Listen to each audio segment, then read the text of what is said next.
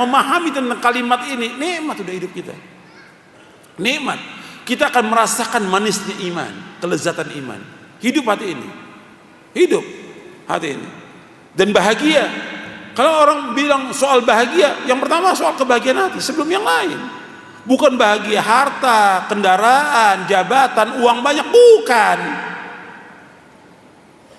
Kalau itu yang bahagia, mestinya yang pertama kali bahagia Firaun mestinya, atau Qarun, atau Namrud, atau yang lain.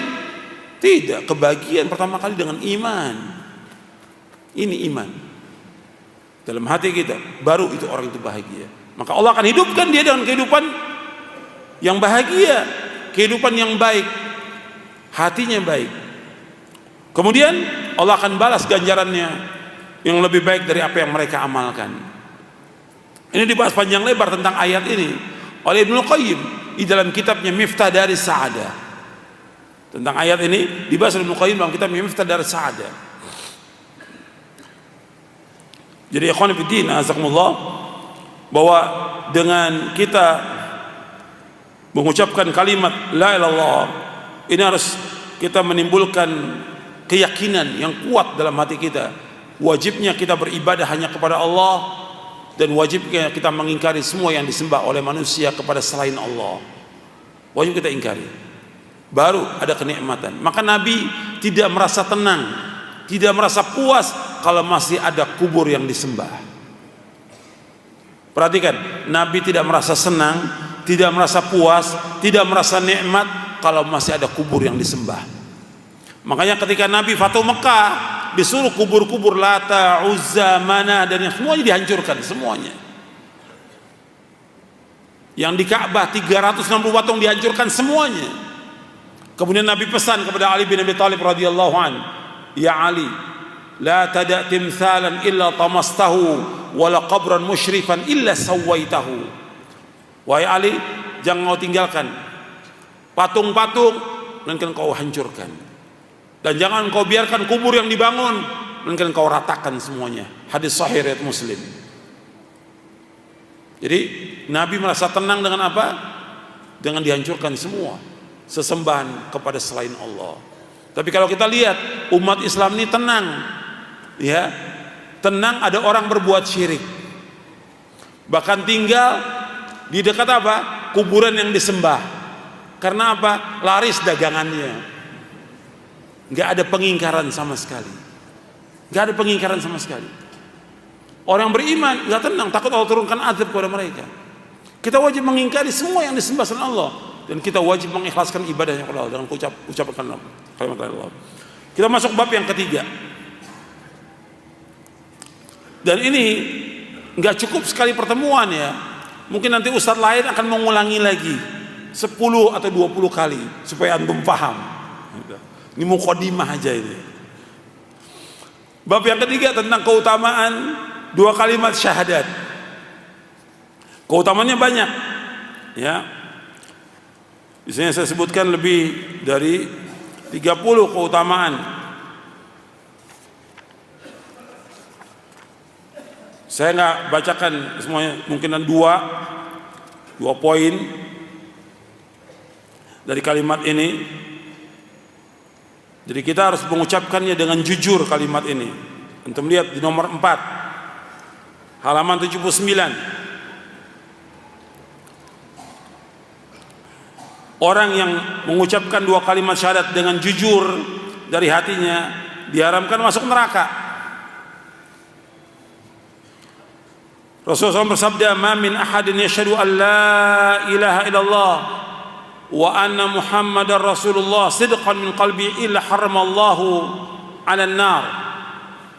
Tidaklah seorang bersaksi bahwa tidak ilah yang berhak diibadahi dengan benar melainkan hanya Allah, dan bersaksi bahwa Muhammad adalah utusan Allah dengan jujur dari hatinya, melainkan Allah mengharamkan masuk neraka. Hadis ini sahih riwayat Bukhari Muslim dari sahabat Mu'adz bin Jabal.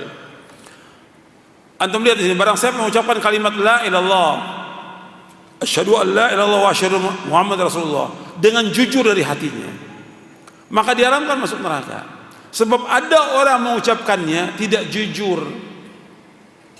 Seperti siapa? Seperti siapa yang nggak jujur? Saya ulangi lagi pertanyaannya. Kan Nabi menyebutkan jangan ngantuk dong, jangan ngantuk. Sayang antum datang dari luar kota sampai sini ngantuk, sayang. Ini masjid, tempat ngaji, bukan tempat tidur. Dengarkan baik-baik, tolong perhatikan.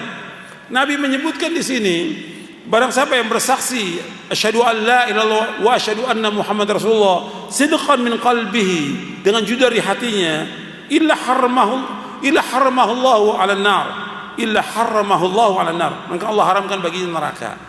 Di sini Nabi SAW menyebutkan dengan jujur, berarti ada yang tidak jujur. Seperti siapa yang nggak jujur itu? Orang-orang munafik. Allah menyebutkan dalam surah Al-Baqarah, wa minan nasi may yaqulu amanna billahi wa bil yaumil akhir wa ma hum bimu'minin. Di antara manusia yang berkata kami beriman kepada Allah dan hari akhir, pada hakikatnya mereka tidak beriman, kata Allah. Kenapa nggak jujur? Makanya kejujuran itu penting di sini. Benar-benar kita ucapkan dengan jujur, dengan benar kita ucapkannya, bahwa ini kalimat la ilaha illallah yang tidak ada ilah yang berhak diibadati Allah, dan Muhammad utusan Allah yang wajib kita ikuti, ittiba pada beliau. Jujur. Tapi kalau kita lihat banyak yang nggak jujur. Contoh yang nggak jujur kita lihat dalam kehidupan. Tolong perhatikan. Contoh yang nggak jujur, dia mengucapkan kalimat Allah, tapi masih nyembah kubur. Ada nggak yang begitu? Ada, banyak. Dia mengucapkan kalimat la ilaha illallah, tapi dia masih berdoa kepada selain Allah. Dia mengucapkan kalimat Allah, tapi masih meyakini ada orang yang bisa menyelamatkan selain Allah.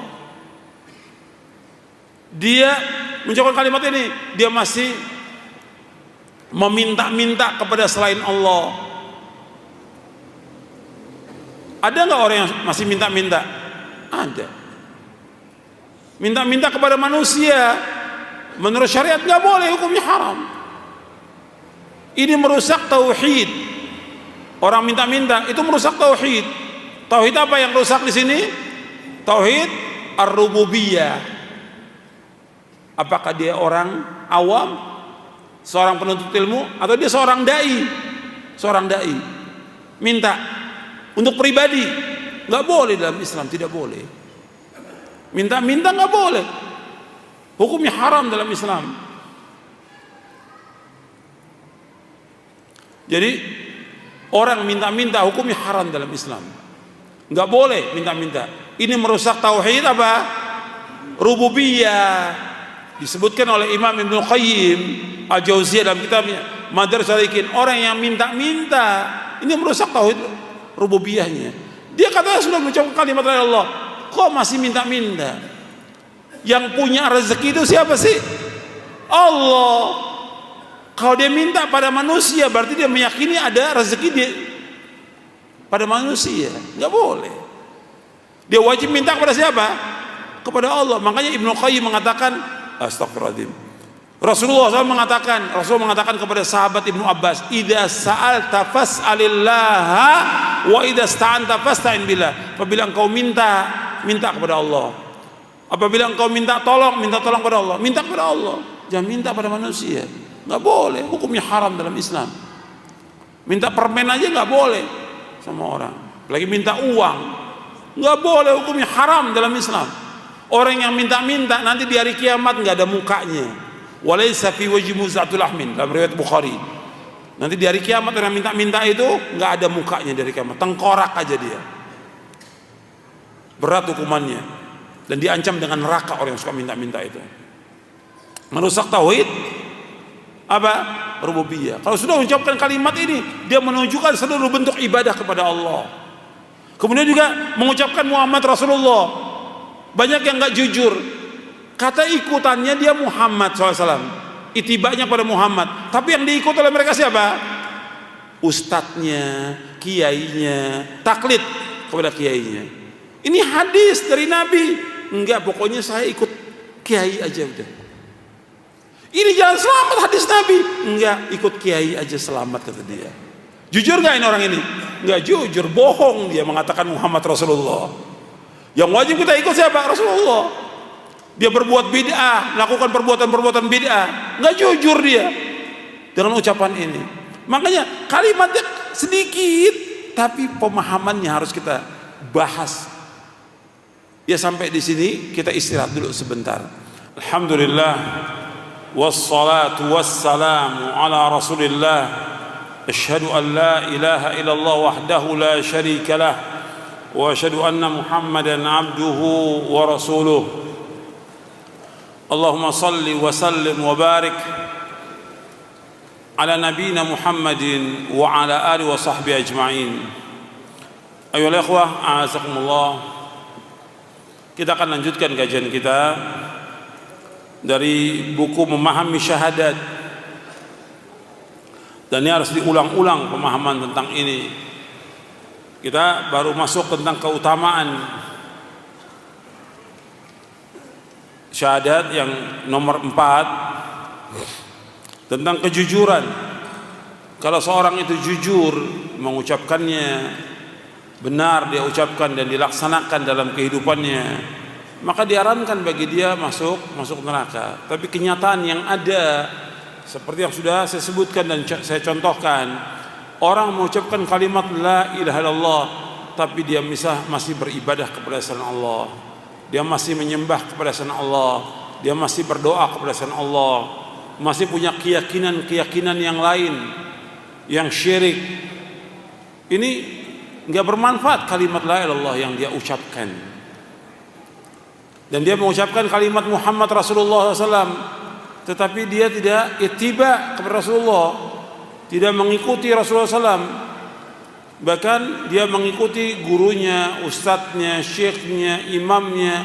Rasulullah ditinggalkan. Pada kewajiban yang paling wajib bagi dia mentauhidkan Allah dan ittiba kepada Rasulullah SAW. Ini jalan selamat yang akan masukkan manusia ke dalam surga. Ketika dia tidak taat kepada Rasulullah, maka dia enggan untuk masuk surga. Enggan masuk surga. Jadi kalimat diharamkan ini syaratnya apa? Syaratnya apa? Jujur. Dan kalau kita lihat banyak orang yang belum jujur. Dan ini kalimat jujur aja panjang kalau kita bicara. Kejujuran kita dengan Allah, kejujuran kita dalam kita beragama, dan yang lainnya banyak, panjang pembahasannya. Kemudian di antara keutamaan lagi yang lain dari kalimat la ilaha illallah, bahwa orang yang paling bahagia dengan kalimat ini, bahwa kalimat la ilaha illallah merupakan cabang iman yang paling tinggi. Antum lihat keutamaan ke-18. Kalimat la ilaha illallah merupakan cabang iman yang paling tinggi. Halaman 86. Halaman 86. Rasulullah sallallahu alaihi wasallam bersabda, "Al-imanu bid'un wa sab'una syu'batan. Al-imanu bid'un wa sittuna syu'batan. Fa afdalu wa qawlu la ilaha illallah wa adnah imatatul adha 'anil tariq wal haya'u syu'batu minal iman." Iman memiliki lebih dari 70 cabang atau lebih dari 60 cabang. Cabang yang paling utama, yang paling tinggi, perkataan la ilaha illallah. Cabang yang paling rendah, menyingkirkan gangguan dari jalan dan malu, adalah satu cabang dari iman. Hadis ini sahih, riwayat Bukhari, Muslim dan yang lainnya. Antum perhatikan ya, bahwa iman ini bercabang-cabang. Arkanul Islam ya termasuk juga daripada cabang-cabang iman.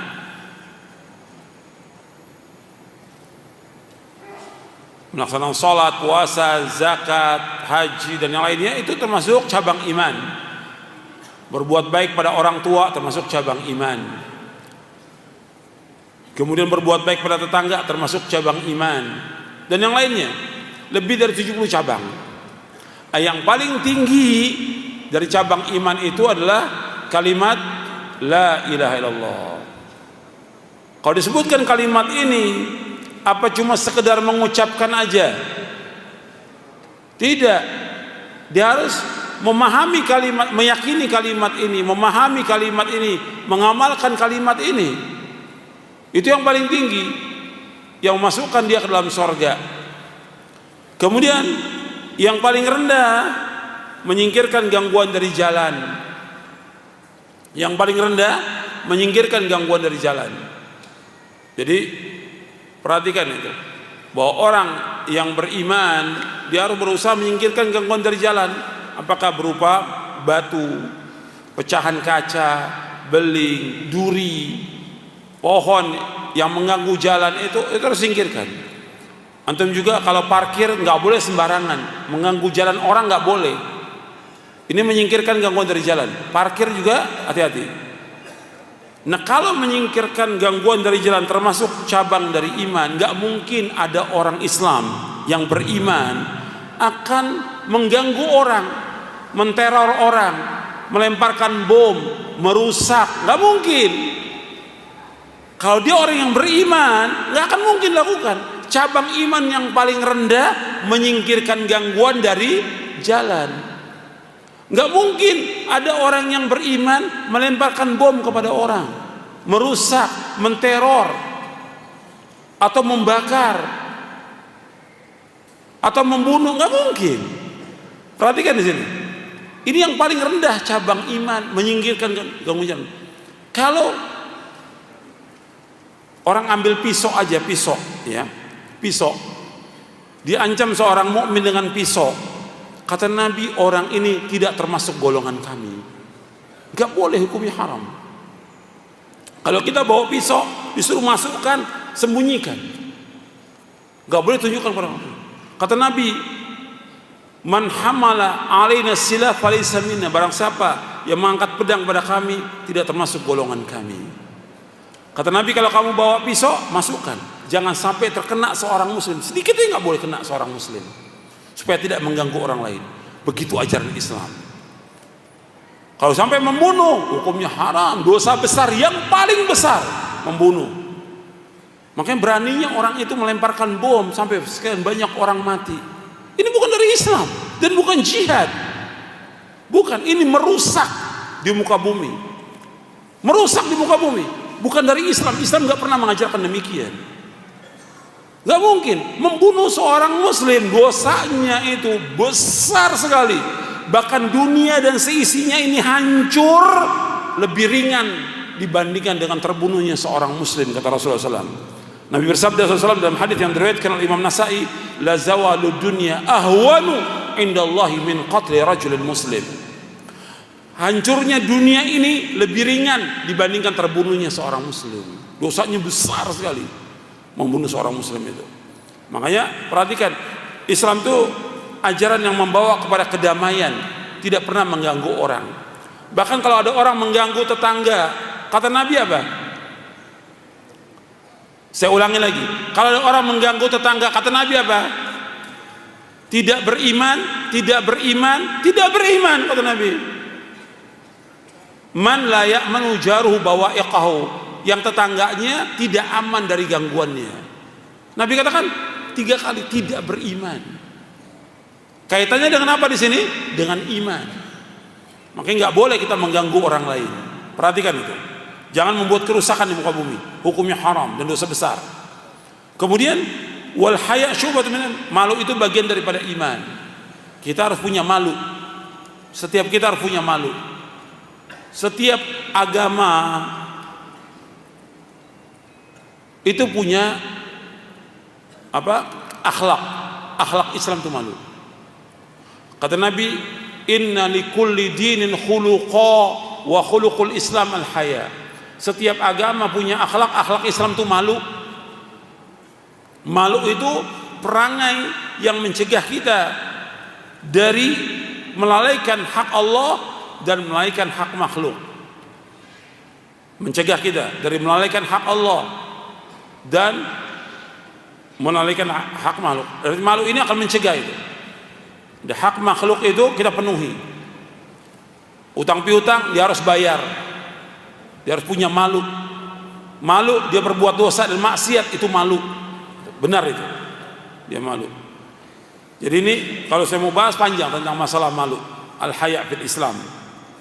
Kemudian selanjutnya, orang yang paling bahagia di hari kiamat, orang yang mengucapkan kalimat Allah dengan ikhlas dari hatinya, dia akan mendapatkan syafaat Nabi Muhammad sallallahu alaihi wa ala alihi wasallam.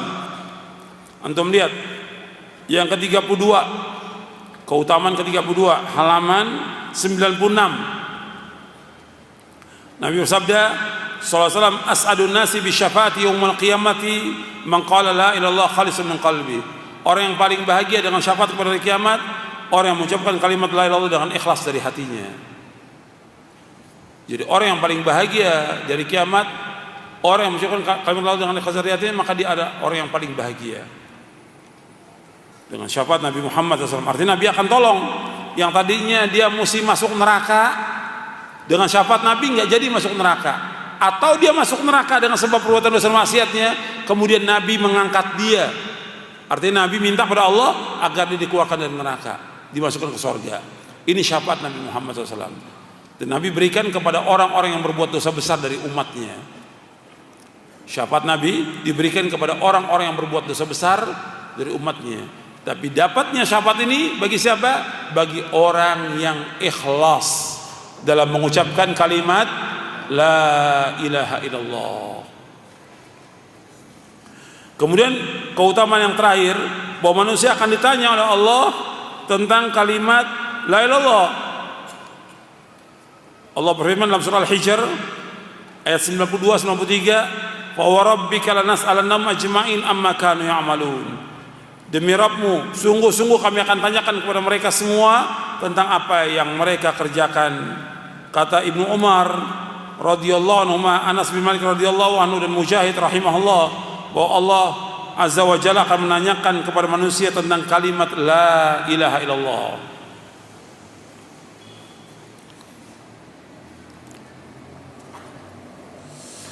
Kemudian tadi sudah kita bahas bab yang keempat tentang makna la ilaha illallah. Artinya la ma'budu bihaqqin illallah. Tidak ada yang disembah dengan benar kecuali Allah. Kalau ada orang menyembah yang lain selain Allah, sesembahannya itu benar atau batil? Batil.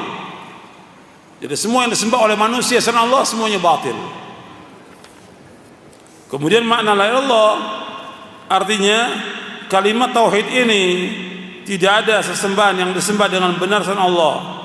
Lafaz la ilaha adalah penafian terhadap semua yang disembah selain Allah, dan lafaz illallah adalah penetapan segala bentuk ibadah yang ditujukan hanya kepada Allah semata. Tidak ada sekutu bagi Allah dalam peribadatan kepadanya, sebagaimana tidak ada sekutu baginya dalam kekuasaannya. Di halaman 101 kesimpulannya, halaman 101 kesimpulan tentang makna la ilaha illallah. Kemudian ikhwan fillah na'azakumullah, tentang kalimat la ilaha illallah ini harus dipahami oleh setiap muslim dan muslimah, dan dia betul-betul meyakini kalimat ini menunjukkan bentuk ibadah kepada Allah, mengikhlaskan ibadah kepada Allah, dan dia mengingkari semua yang disembah selain Allah. Dasar dari rukun la ilaha illallah, dua itu dasarnya. Antum lihat di halaman 118, kemudian 119, 120. Tadi saya sebutkan rukun la ilaha illallah dua. Orang akan tanya dalilnya mana? Kita dalam beragama, perhatikan, harus dalil.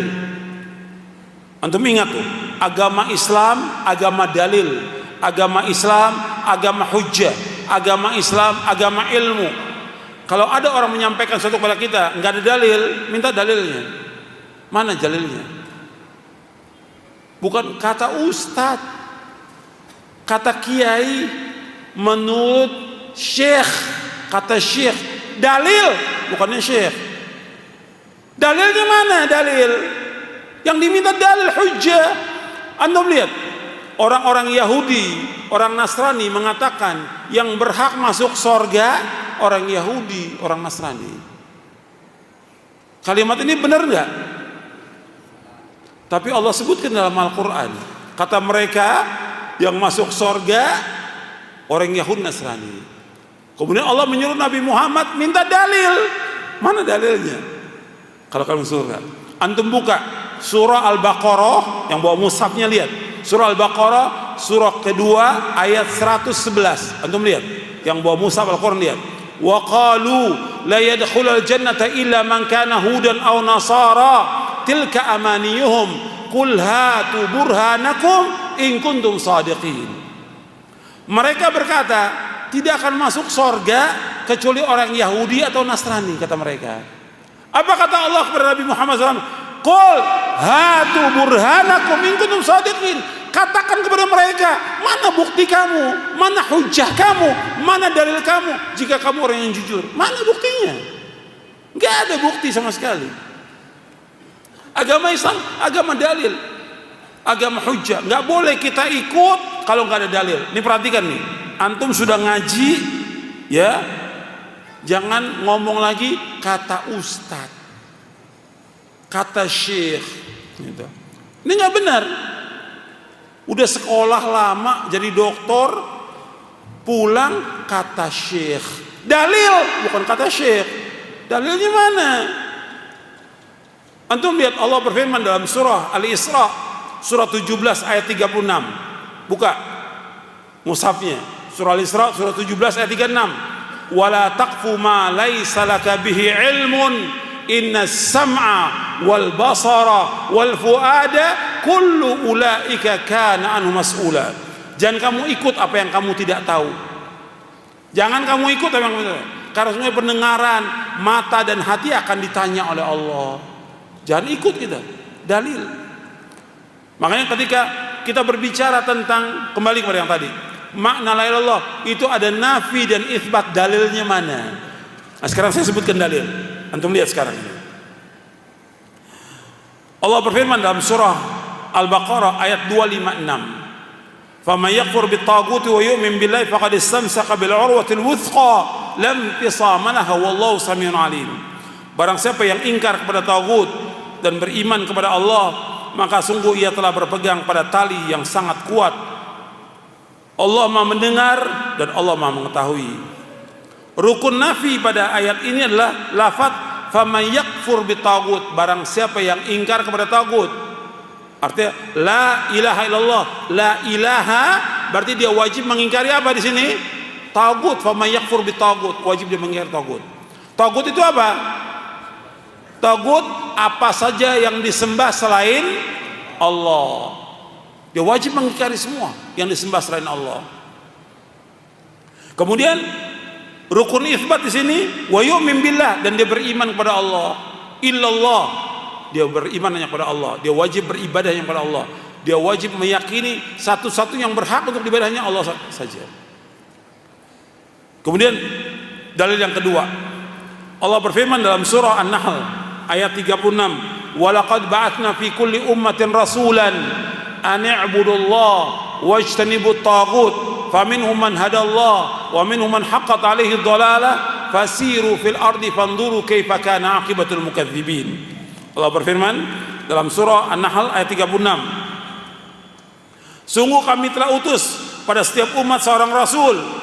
Setiap rasul dakwanya, hendaklah kalian beribadah hanya kepada Allah dan jauhkan tagut.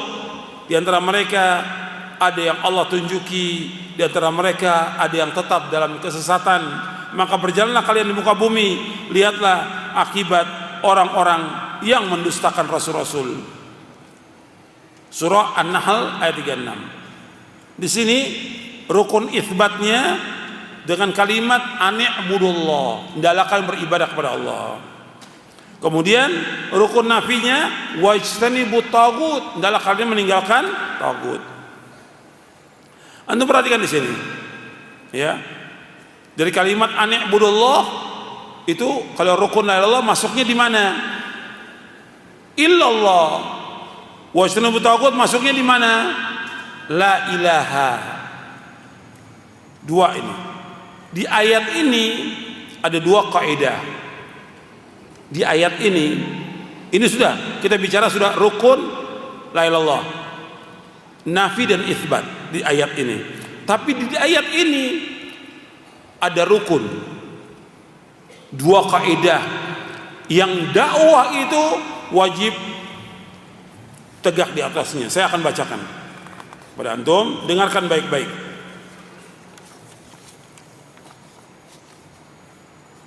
Bahwa Allah SWT mengutus Nabi Muhammad SAW sebagai saksi, pemberi kabar gembira, pengancam, dan mengajak manusia ke jalan Allah, dan beliau sebagai cahaya yang terang.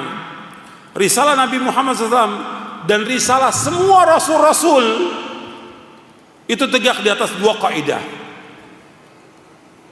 Semua risalah nabi-nabi, kan Allah menyebutkan dalam ayat ini, sungguh kami telah utus pada setiap umat seorang rasul. Berarti setiap umat, dari zaman Nabi Nuh sampai Nabi Muhammad, setiap umat ada rasulnya. Rasul yang Allah utus ke muka bumi ini 313 rasul. Nabi yang Allah utus ke muka bumi 124.000 nabi. Semua nabi 124.000 nabi. Semua rasul 313 rasul, yang kita kenal 25. Itu semua dakwahnya an-ya'budullah wa syaribut taghut. Semua dakwahnya tidak akan beribadah kepada Allah saja dan jauhkan taghut. Makanya disebutkan di sini bahwa risalah Nabi Muhammad SAW dan risalah para rasul kulluha qa'imatun ala qa'idataini 'azimataini wa aslaini kabiraini. Bahwa semua risalah Nabi Muhammad dan risalah semua rasul tegak di atas dua kaidah yang besar, di atas dua pokok yang besar. Al-ula an ya'budullah wa tsaniyah wa syaribut taghut. Yang pertama, hendaknya kalian beribadah hanya kepada Allah saja. Yang kedua, hendaklah kalian meninggalkan semua yang disembah selain Allah. Wa qulu da'watin, perhatikan, wa qulu da'watin la tartakizu fi ghayatiha wa ahdafiha wa manahijiha ala hadzaini al-aslaini fahiya mukhalifatun li nahjil mursalin wa la tu'ti thimaraha al-marjuwa. Setiap dakwah yang tidak berporos dalam tujuannya, manhajnya pada dua pokok ini, maka dakwah itu telah menyimpang dari manhajnya para nabi dan para rasul. Dan dakwah ini tidak memberikan buahnya. Anda bisa lihat dakwah-dakwah yang ada di Indonesia ini tidak memberikan buah sama sekali, karena tidak mulai dakwahnya dengan tauhid. Harus dakwah itu dimulai dengan tauhid. Fa qaidah an i'budullah, qaidah an i'budullah, perhatikan, ta'ni tahqiq tauhid wal aqidah salimah wa ta'at Allah taala wa ittiba' syar'i.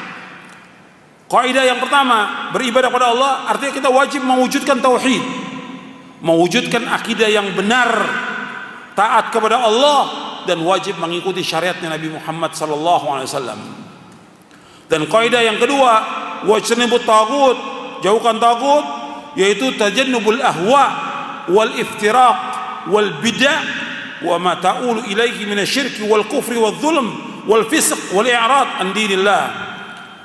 Kalimat wajtanibut taghut, jauhkan taghut, maksudnya jauhkan hawa nafsu, jauhkan perpecahan, jauhkan bid'ah dan apa yang kembali kepadanya dari kesyirikan, kekufuran, kezaliman, kefasikan, dan berpaling dari agama Allah. Wa qulud din jumalan wa tafsilan yaduru ala hatain alqaidataini. Seluruh agama Islam ini, baik global maupun rinci, berputar pada dua kaidah ini.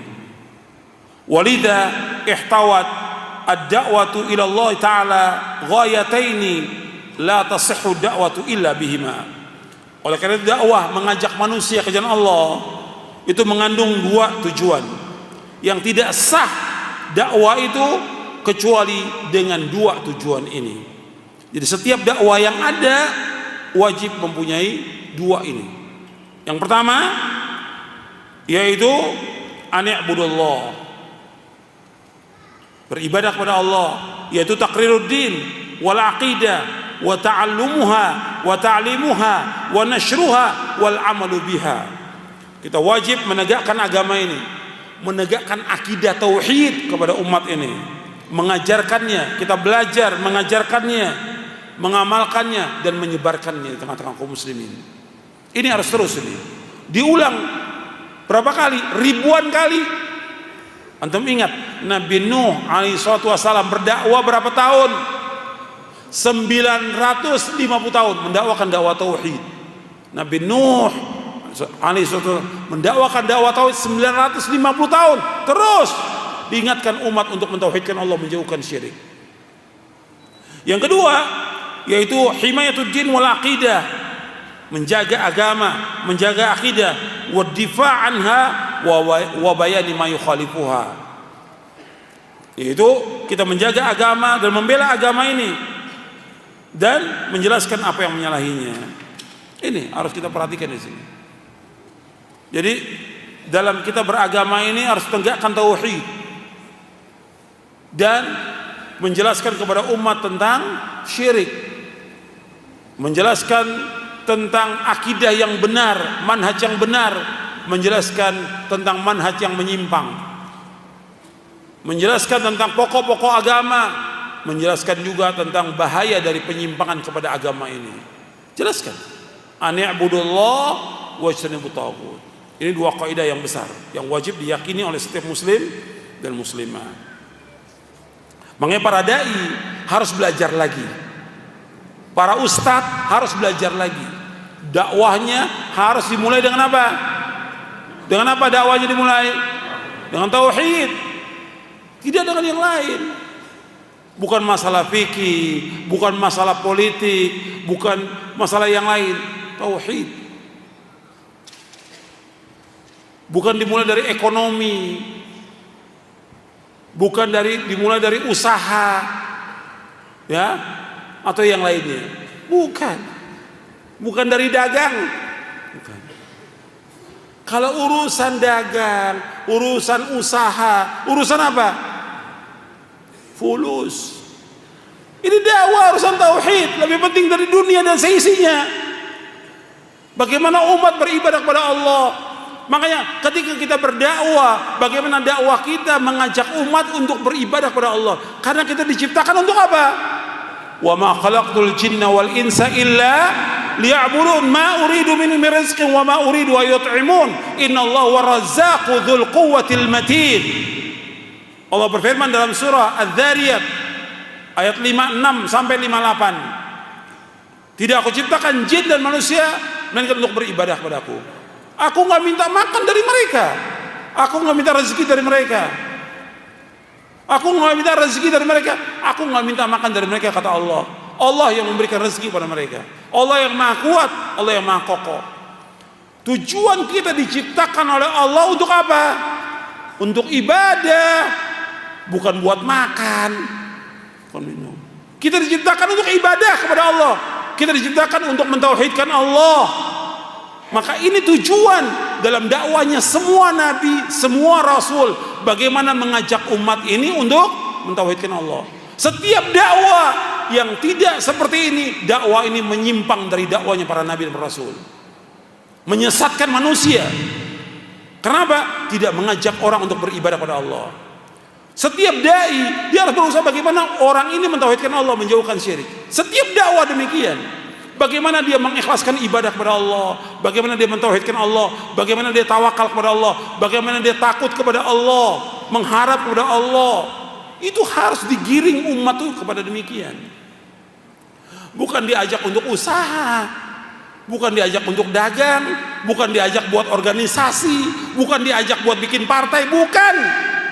Untuk tauhid kepada Allah dakwah ini, untuk tauhid. Ini yang harus tegak dakwah ini. Karena apa? Sudah banyak dakwah yang menyimpang sekarang ini. Bikin perkumpulan untuk apa? Untuk kendaraan partai. Bukan itu dakwah. Dakwah bagaimana mengajak umat mengikhlaskan ibadah kepada Allah, itu tujuan. Bagaimana mengajak mereka untuk melaksanakan amal-amal yang dapat memasukkan mereka ke dalam sorga, bukan dunia. Dunia nggak ada arti apa-apa di sisi Allah sama sekali. Lebih jelek daripada bangkai kambing, Dakwah ini yang harus tegak dan harus kita bawa umat ini bagaimana mengikhlaskan ibadah kepada Allah. Ini harus tegak dakwah ini. Kalau kita lihat sekarang ini, dakwah ini seperti main-main, seperti dibuat gurauan, bercanda dakwah ini, nggak serius orang. Ini harus tegak dakwah ini, karena para nabi dan para rasul memikul beban dakwah ini sampai diusir, sampai dicerca, dicaci, dimaki, dibilang gila oleh umatnya karena menegakkan dakwah tauhid, bukan dunia. Jelas? Sampai sini jelas? Ya. Ini yang harus kita perjuangkan dan harus kita baca lagi kitab tauhid sampai betul-betul timbul keyakinan kepada kita, keyakinan yang hak tentang wajibnya kita beribadah kepada Allah dan tujuan hidup kita hanya satu, yaitu sorga, bukan dunia. Tujuan kita hanya satu, bagaimana supaya kita bisa masuk ke dalam sorga dengan tauhid ini, bukan dunia yang kita cari. Kemudian antum lihat lagi di sini tentang makna la ilaha illallah. Antum lihat di halaman 122, 123.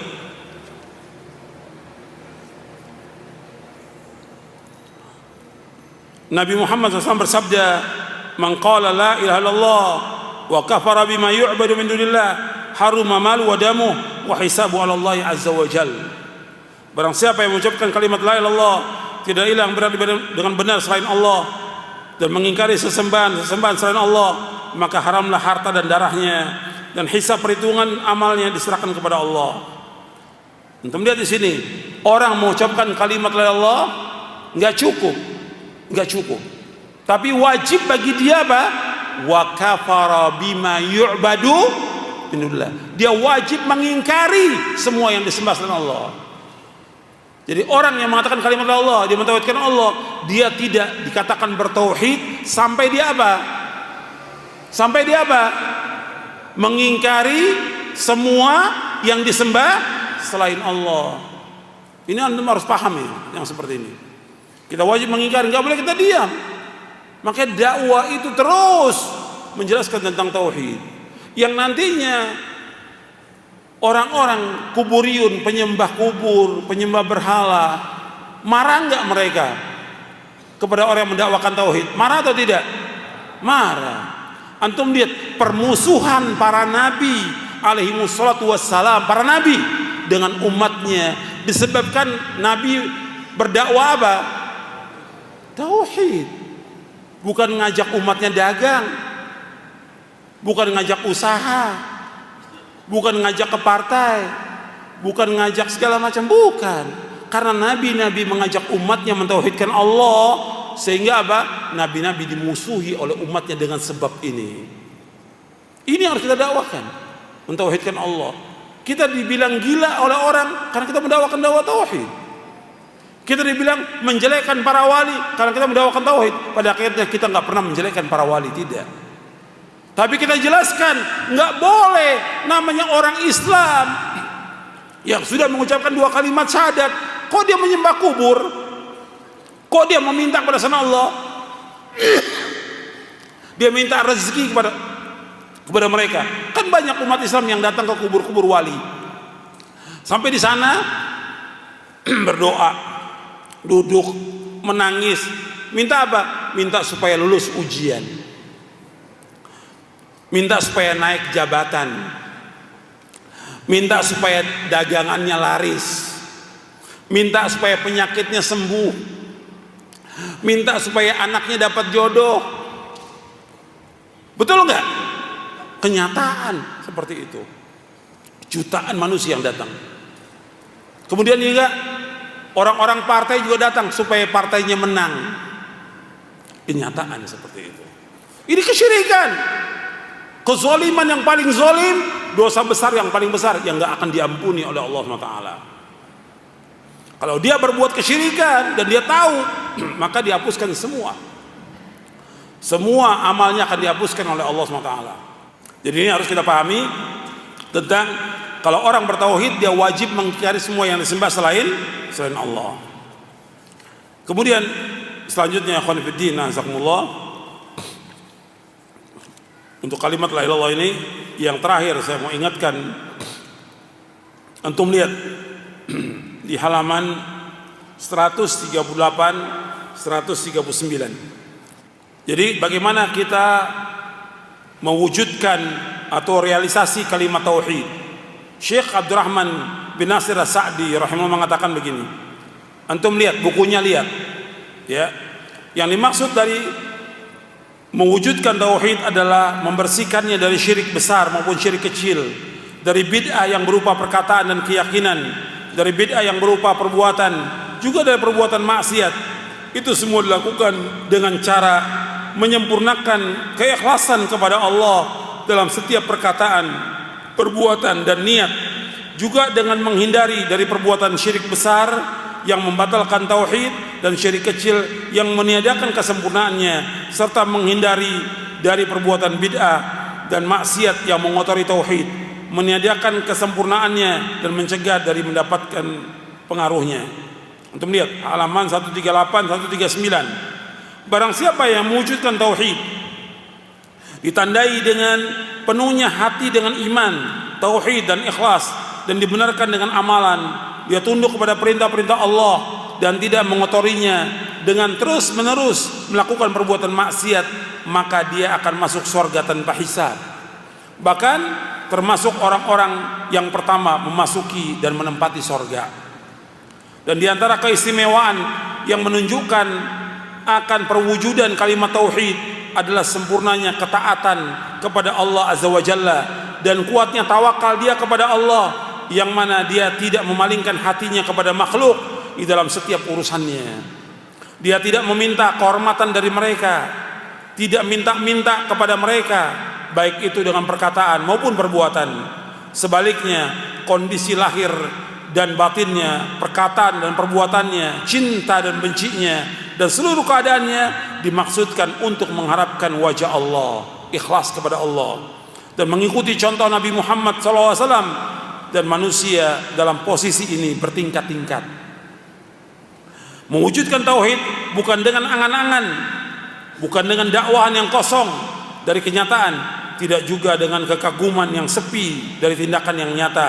Akan tapi mewujudkan tauhid dengan apa yang tertanam dalam hati dari keimanan dan hakikat ihsan, serta dibenarkan oleh akhlak yang indah dan amal-amal soleh yang mulia. Maka siapa saja yang mewujudkan tauhid sesuai dengan apa yang telah diuraikan di atas, niscaya dia akan mendapatkan keutamaan yang banyak lagi sempurna. Wallahu a'lam. Ya, saya pikir cukup sampai di sini kajian kita yang sedikit ini, mudah-mudahan bermanfaat dan dapat kita amalkan. Dan ini masih muqaddimah ya. Ini masih muqaddimah. Nanti perlu dibahas lagi isinya dan juga tentang makna syahadat Muhammad Rasulullah. Makna syahadat Muhammad Rasulullah harus kita pahami lagi, karena banyak orang yang belum paham tentang makna syahadat Muhammad Rasulullah sallallahu alaihi wa ala alihi wasallam. Ada beberapa pertanyaan yang masuk, yang bisa saya jawab, yang tidak wallahu alam bisawab. Bagaimana kalau ada orang yang disuruh untuk minum air dari dukun? Ya nggak boleh kita minum, siapapun dia. Lagi apa manfaatnya minum air dari dukun? Air yang mengandung barokah itu air apa? Zam-zam. Air yang dapat menyembuhkan penyakit air apa? Zam-zam. Kata Nabi, ma'u zam-zam lima syuriba lahu. Air zam-zam tergantung dari niat orang meminumnya. Zam-zam ta'amu tu'min wa shifa'u suqmin. Zam-zam makanan dari berbagai makanan dan mengobati berbagai macam penyakit. Ini jangan, kalau ada orang suruh minum air dari dukun, jangan minum. Ini air penyakit namanya ini. Kalau dari dukun air penyakit, dari kiai juga yang sudah ditiup diludahi juga air penyakit, karena dia juga punya penyakit. Antum minum tambah sakit antum.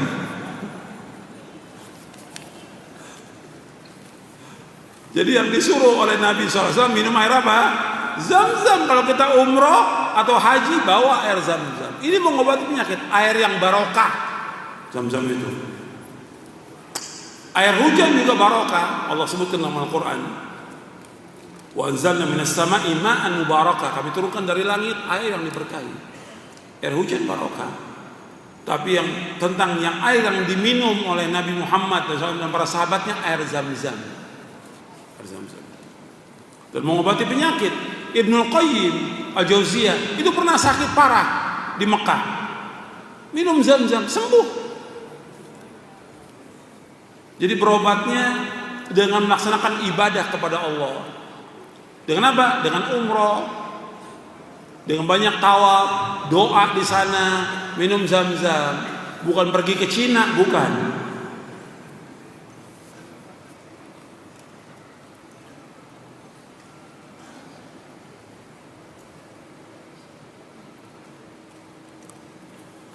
Kalau tadi disebutkan tentang minta hukumnya haram, bagaimana kalau pinjam meminjam? Boleh dalam Islam. Nabi juga pinjam kok. Nabi pinjam, tapi Nabi nggak pernah minta. Dan sahabat tidak pernah minta. Kalau pinjam meminjam boleh dalam Islam. Ayat yang terpanjang dalam Al-Quran tentang apa? Tentang utang piutang. Ayat yang terpanjang dalam Al-Quran, dalam surah Al-Baqarah, tentang utang piutang boleh. Bahkan dapat ganjaran yang besar. Kalau kita punya uang, ada orang datang minjam, kita tahu dia butuh betul, tahu betul kita orangnya memang susah, dan minjamnya juga ya sekedarnya buat makan, bukan buat modal, bukan buat bikin ruko, bukan. Minjamnya memang keperluan dia buat makan. Kita pinjamkan 100.000 atau 300.000. Ini kadang-kadang orang tidak waras, kadang-kadang minjamnya apa? Untuk bikin ruko 200 juta. Ini namanya nggak waras. Kalau minjam yang biasa di antara manusia boleh, nggak apa-apa. Kalau kita tahu dia jujur, kita tahu dia memang butuh, pinjamkan. Dan catatkan janji kapan, sebulan, 2 bulan, setahun. Kalau di kita banyak janji sebulan. Waktu minjamnya SMS, datang, telepon, plus nangis lagi. Waktu minjamnya. Begitu gantinya, la salam, wala kalam, wala khobar, wala syekh. Nggak ada kan? Afwan, akhi, afwan. Kita nggak perlu afwan, duitnya kembalikan, bukan afwan. Duit dibalikan, antum utang bayar. Kalau antum nggak bayar, berat hukuman di akhirat nanti. Kecuali kalau dia memang kondisinya nggak mampu bayar, tunda sampai dia ada kelapangan. Allah sebutkan dalam surah Al-Baqarah, wa in kana dzu usratin fanadhiratun ila maisarah wa an tasaddaqu khairun lakum kuntum ta'lamun. Kalau seandainya dia sulit untuk bayar, kasih tempo. Sulit lagi, kasih tempo. Kalau kamu tahu dia susah nggak bisa bayar, kamu sedekahkan, lebih baik bagi kamu jika kamu mengetahui. Di surah Al-Baqarah.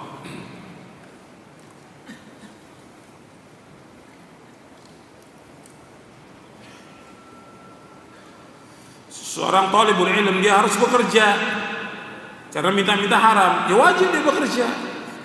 Wajib dia untuk berusaha. Kalau umpamanya sekarang dia mau cari pekerjaan, dia punya teman, dia minta tolong pada temannya, boleh, ta'awunul birri wat taqwa. Saya ini nganggur, mungkin kamu punya peluang bisa masukkan saya ke tempat pekerjaan, boleh, nggak apa-apa. Ta'awunul birri wat taqwa, bukan minta-minta di sini, boleh. Sebab dia wajib kerja, karena dia wajib memberikan nafkah buat dirinya, istrinya, anaknya wajib. Nggak boleh dia minta-minta, hukumnya haram dalam Islam.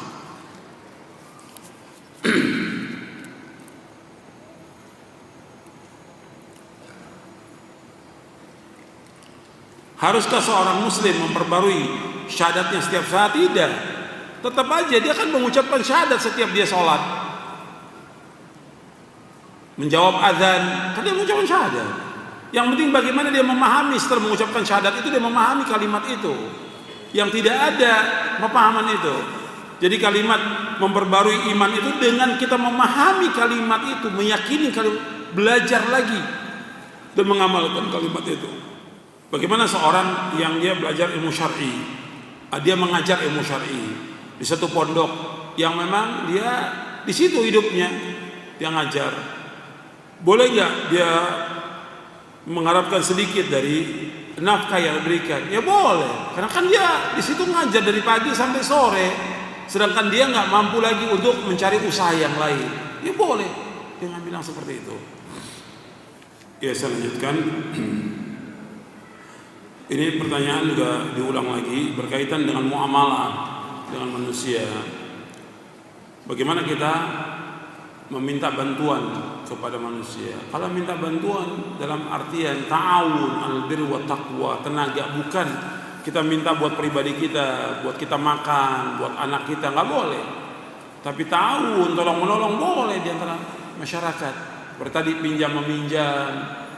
Kemudian juga ada yang sulit, kita tahu sulit, kita bantu mereka, tapi orang itu nggak minta. Kita lihat ada orang-orang miskin, kita ajak teman-teman untuk membantu orang itu. Itu ta'awun al birri wa taqwa. Tapi kita minta nggak dibenarkan dalam syariat Islam. Kecuali kalau kondisi-kondisi yang sudah sangat-sangat terpaksa, gitu. Terpaksa boleh, darurat. Gitu. Tapi kalau dia minta setiap pekan, tiap bulan begitu, ya bukan darurat namanya. Sudah kebiasaan dia minta-minta. Kalau kondisi tertentu aja dia terpaksa, boleh dia minta.